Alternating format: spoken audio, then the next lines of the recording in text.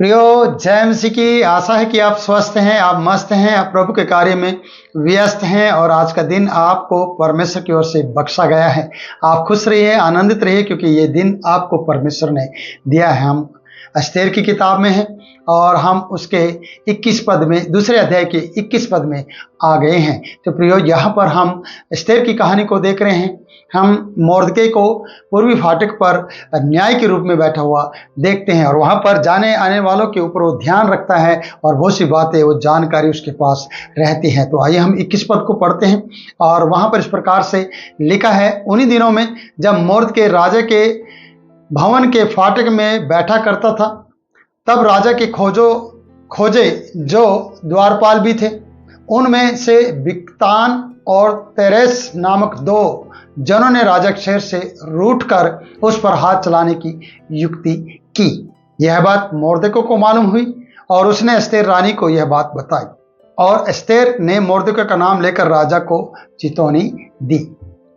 देखिए प्रियो, यहाँ पर जब हम फाटक पर बैठे हुए मोर्दके को देखते हैं, मोर्दके को मालूम है अच्छी तरह से कि राजा के विरुद्ध में कभी भी कोई बात ना कही जाए। जैसे कि हम वचन में पढ़ते हैं कि राजा के विरुद्ध में कभी भी चुगली मत करना, कोई बुरी बात ना कहना। ना जाने कोई पंछी आपकी बात को ले जाकर राजभवन में राजा को दे देगा या बता देगा। पंछी, याद रखना, मैं ये कह रहा हूँ कि चुगली करना, बुराई करना, और वो आपके लिए बहुत महंगी पड़ेगी और आपको हो सकता है उसका इनाम मौत के रूप में मिले। तो प्रियो, यहाँ पर उन दिनों में जब राजा के लिए ये लोग कार्य कर रहे थे, बिक्तान और तेरेस, तो इन्होंने युक्ति बनाई राजा के से रूठकर कि उस पर हाथ चलाएं या उसे मार डालें। मैं ऐसा कहना चाहता हूं कि हाथ चलाने का मतलब है उसे धोखे से मार देना।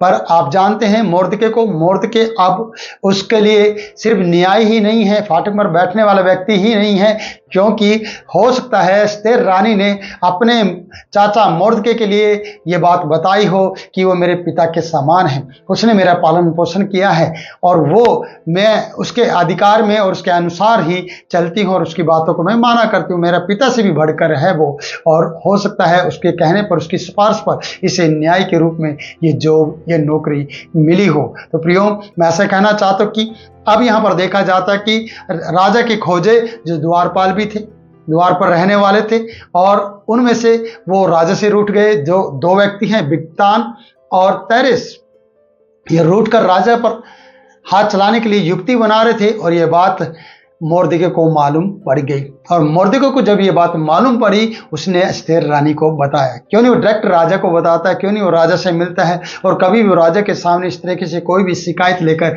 नहीं गया, क्योंकि उसकी बेटी, उसकी बहन उसके साथ, और वो उसकी बातों को माना करती है जैसे कि एक बेटी अपने पिता की बात को मानती है।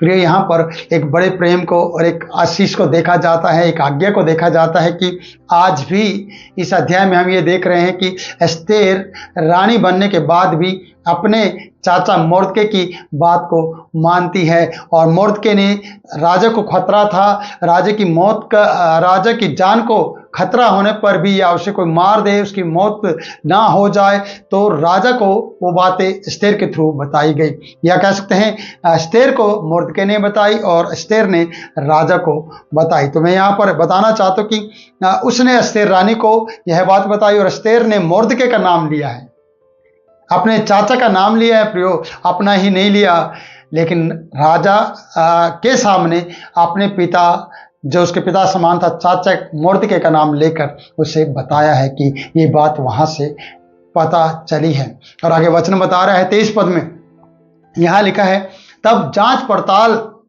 होने पर यह बात सच निकली और वे दोनों वृक्ष पर लटका दिए गए। कौन? जो युक्ति बना रहे थे, जो राजा के विरुद्ध में थे। और यह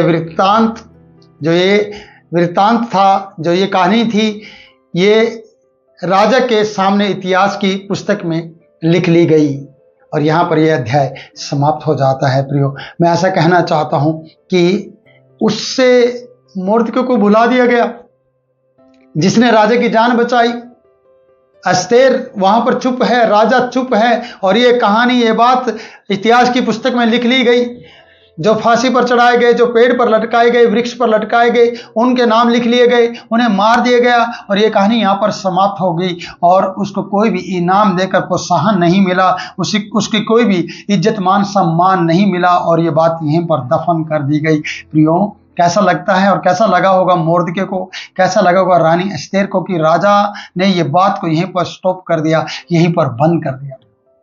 अब हम आपकी बात करते हैं प्रियो। कई बार आपने अपने लोगों की जान बचाने के लिए अपने वो बात सच और निकलने पर भी कई लोगों को वो बात सच्ची होगी और बताई होगी और आपने किसी की मदद की होगी और आपको उसका प्रतिफल नहीं मिला होगा और आपके ऊपर बहुत सी बातें बीती होंगी और आपने उसके साथ नाता भी तोड़ दिया होगा। पर यहाँ ऐसा नहीं है प्रियो, यहाँ परमेश्वर जिंदा है जो अपने मोर्दकों को देखता है, एस्तेर रानी को देखता है, राजा को देखता है और विरोधियों को भी देखता है और गुलामी में रह रहे यहूदी लोग उन सबको भी देख रहा है। जैसे कि हम यहाँ पर एस्तेर रानी को और मोर्दकों को देखते हैं और ये इतिहास की पुस्तक में यह वृत्तांत लिख दिया गया और ये बुक को या इतिहास की बुक को बंद कर दिया गया और जब ये बंद हो गया तो प्रियो ऐसा लगता है कि उसको कोई भी सम्मान नहीं मिला, उसे भुला दिया गया।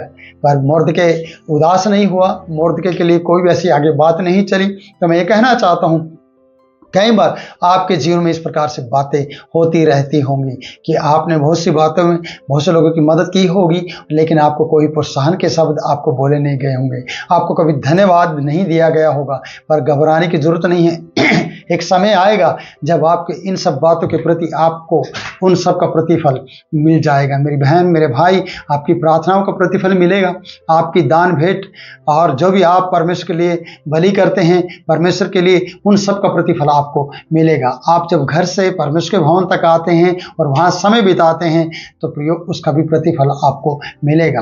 आपका भोर को उठकर परमेश्वर के लिए जाग कर और अपनी नींद त्याग कर और उसे प्रार्थना करना, उसका भी प्रतिफल आपको मिलेगा। आपकी दाल सब्जी, आपका दिया हुआ एक प्याज आलू और या कुछ भी आप परमेश्वर के लिए निकालते हैं या देते हैं तो उसका प्रतिफल आपको मिलेगा। कभी भी ये मत सोचना है कि परमेश्वर के लोगों के द्वारा ये बात भुला दी गई है या याजक के द्वारा वो बात भुला दी गई है। जैसे कि यहाँ राजा के द्वारा हम मोर्दके की इस बड़े इनाम की जो चर्चा होनी चाहिए तो वो भुला दी गई है, ऐसा लगता है। प्रियो, पर परमेश्वर जागृत है, आपका जिंदा परमेश्वर, आपका खुदा, आपका प्रभु यीशु मसीह जिंदा है। याद रखिएगा कि वो आपके सारी बातों पर ध्यान रखता है। इसलिए प्रियो, आप कभी निराश ना हो, आप कभी उदास ना हो, हताश ना हो, जल्दी से हार मत मानिएगा भलाई करने में, क्योंकि कुरिन्थियों में हम जब पढ़ते हैं वहां पर इस प्रकार से लिखा है, भलाई से बुराई को जीत लो, भलाई करो बुराई को जीतो। बुराई हार जाएगी, भलाई जीत जाएगी। तो मोर्दके ने भलाई की है, बुराई को हराया है। वो लोग वृक्ष पर लटका दिए गए हैं, यहाँ पर लिखा है बिक्तान और तेरेस लटका दिए गए हैं, वो मार दिए गए हैं और ये बात लिख दी गई है और शायद थोड़े समय के लिए भुला दिया गया है, पर ये बात आने वाली वीडियो में आपको पता चल जाएगी कि इसका प्रतिफल क्या होता है। मेरी बहन, मेरे भाई, आप भी निराश मत हो। आप अपने दोस्त के साथ रह रहे होंगे और आपने अपने दोस्त के लिए बहुत सी भलाइयाँ की होंगी, पर सच्चे जीवित परमेश्वर ने आपको देखा होगा। मेरे प्रिय, आपने अपने पासवान के साथ बहुत सी भलाइयाँ की होंगी, उसका प्रतिफल हो सकता है पासवान ना दे, पर सच्चा जीवित परमेश्वर जो आपका भी है और उसका भी है, वो प्रतिफल आपको जरूर देगा। इसलिए निराश नहीं होना, हताश नहीं होना, चिंता मत करना। मैं आज आपका ढांढस बांधने के लिए आपको कहता हूं, परमेश्वर जिंदा है, परमेश्वर आपको देखता है, परमेश्वर आपकी हर एक बात को जानता है जो आप करते हैं। चाहे आप अंधेरे में करते हैं तो वो चांदने में सुनाई देगी, आप छुप कर और गुप्त स्थान में जाकर करते हैं वो कोठरी पर चढ़कर बताई जाएगी और जोर से चिल्लाकर बताई जाएगी। इसलिए आपका प्रतिफल आपसे दूर नहीं होगा, आपसे छीना नहीं जाएगा। हो सकता है थोड़े समय के लिए भूल जाए, हो सकता है थोड़े समय के लिए परमेश्वर आपको चेक करने के लिए रुक जाए, पर उसका प्रतिफल आपको जरूर मिलेगा। क्या आप नहीं चाहते कि आपको प्रतिफल मिले? क्या आप नहीं चाहते हैं कि मेरे साथ ऐसा क्यों नहीं हुआ? प्रियो, होगा। आज परमेश्वर का दास आपसे कह रहा है, हर चीज की आशीष आपको मिलेगी अच्छे कार्य की भी और बुरे कार्य की भी।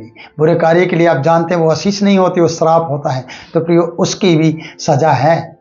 इसलिए आप उस कहानी को याद कर सकते हैं जो प्रभु यीशु मसीह ने सुसमाचार में बताई है कि किसी को 2 तोड़े दिए, किसी को 5 तोड़ दिए, किसी को 1 तोड़ा दिया। एक वाले ने सोचा ये तो किसी काम का नहीं है, उसने कपड़ा बांधा, कपड़े अंगोछे में बांध कर मिट्टी खोदी और उसमें डाल दिया। और बाद में आपको पता है उसके इनाम के बदले क्या मिला? काल कोठरी। काल कोठरी में दांत पीसना, अंधेर कोठरी में रहना। और बाकी को क्या मिला? 2 के बदले में 4 और 5 के बदले में 10। और 10 वाले को इसका 1 वाला भी मिल गया, उसके पास 11 हो गए और 11 नगरों को वो अधिकारी बना दी गया। क्यों प्रियो? क्योंकि वफादारी, विश्वास योग्यता। जब जब आपके जीवन में विश्वास योग्यता और ईमानदारी बनी रहेगी और अपने स्वामी के प्रति आप फायदेमंद होंगे और उसके लिए लाभदायक होंगे, तब तब आपके लिए भी परमेश्वर लाभदायक बातें लेकर आएगा। हानि आपकी ज़िंदगी से हटा देगा, क्योंकि वो हानि का परमेश्वर नहीं है, वो लाभ का परमेश्वर है, वो आशीषों का परमेश्वर है, वो सच्चा परमेश्वर है, वो आपका परमेश्वर। परमेश्वर आपको इन वचनों के द्वारा बहुतायत से आशीष दे। इस वीडियो को अंत यहीं पर करते हैं। दूसरा अध्याय को हमने समाप्त कर दिया है। फिर तीसरे अध्याय में नई बात के साथ मिलते हैं और देखते हैं परमेश्वर की इच्छा क्या है एस्तेर रानी के प्रति और मोर्दके के प्रति और यहूदियों के प्रति, तो प्रिय और आपके प्रति भी हम बात को लेकर आएंगे। फिर मिलता हूँ। जय मसीह की।